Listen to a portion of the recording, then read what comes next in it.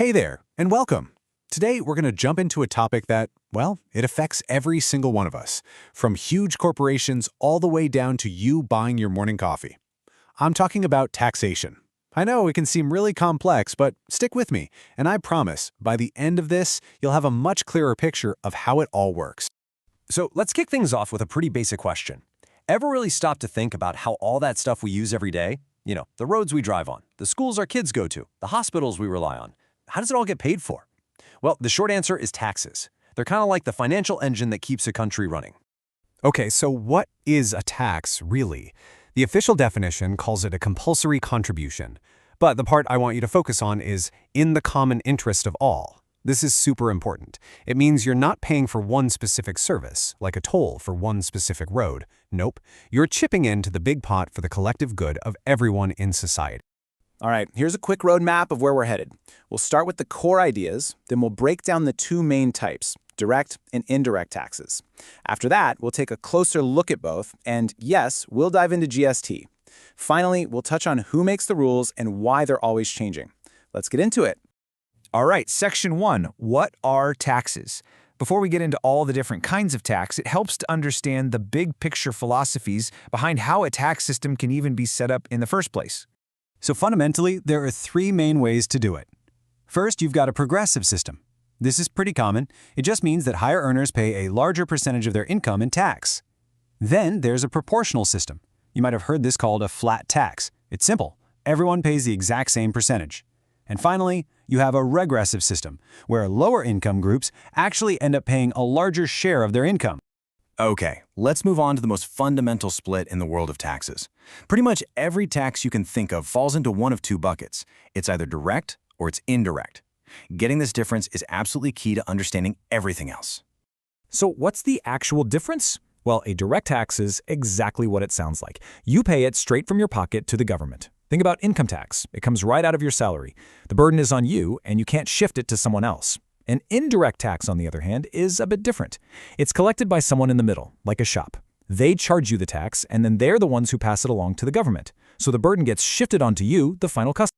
And here are some real-world examples to make that crystal clear.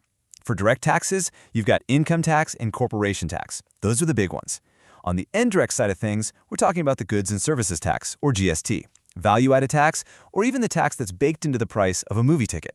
Okay, time to zoom in on our first category, direct taxes. These are mainly the taxes paid on the money we earn and the profits companies make. This right here, this is a perfect example of that progressive tax system we just talked about. These are the income tax slabs, or brackets. See how the percentage, the tax rate, goes up as the income goes up? This just means that someone earning in a lower bracket pays a smaller piece of their pie in tax than someone in a much higher bracket. And of course, it's not just people.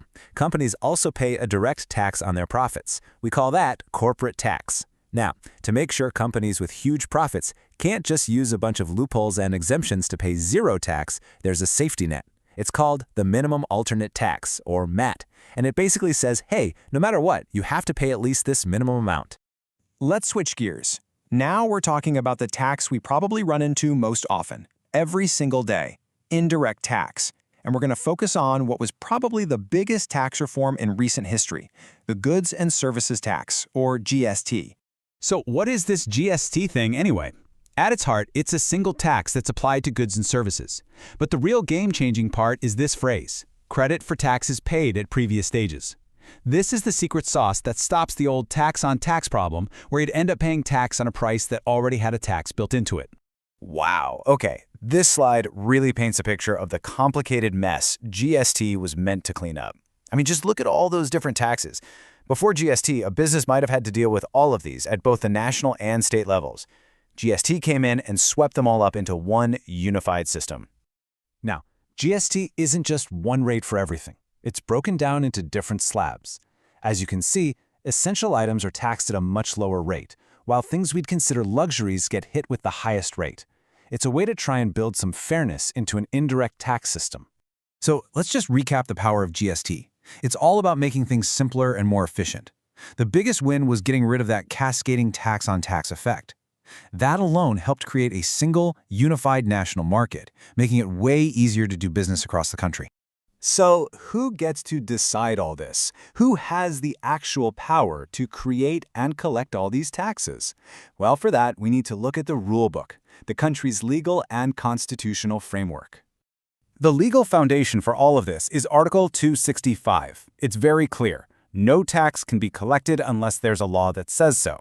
From there, the 7th schedule of the Constitution breaks down who has the power to tax what. It creates separate lists for the central government and the state governments, and even a shared list for some things. Okay, so the central government collects all this tax revenue. What happens then? Does it all stay in one place? Nope. This number is key.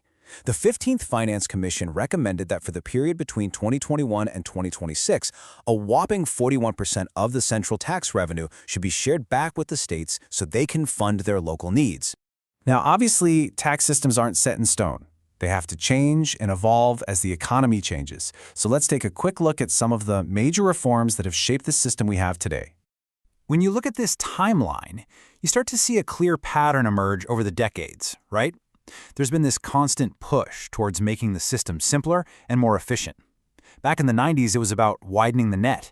In the 2000s, it was about raising the limits so fewer people on lower incomes had to pay. And more recently, the focus has been on improving the whole experience for the taxpayer.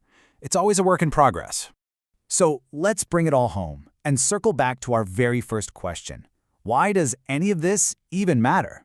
It matters because taxes are what pay for our shared society. They build our roads, fund our schools and hospitals, and provide a safety net for those who need it.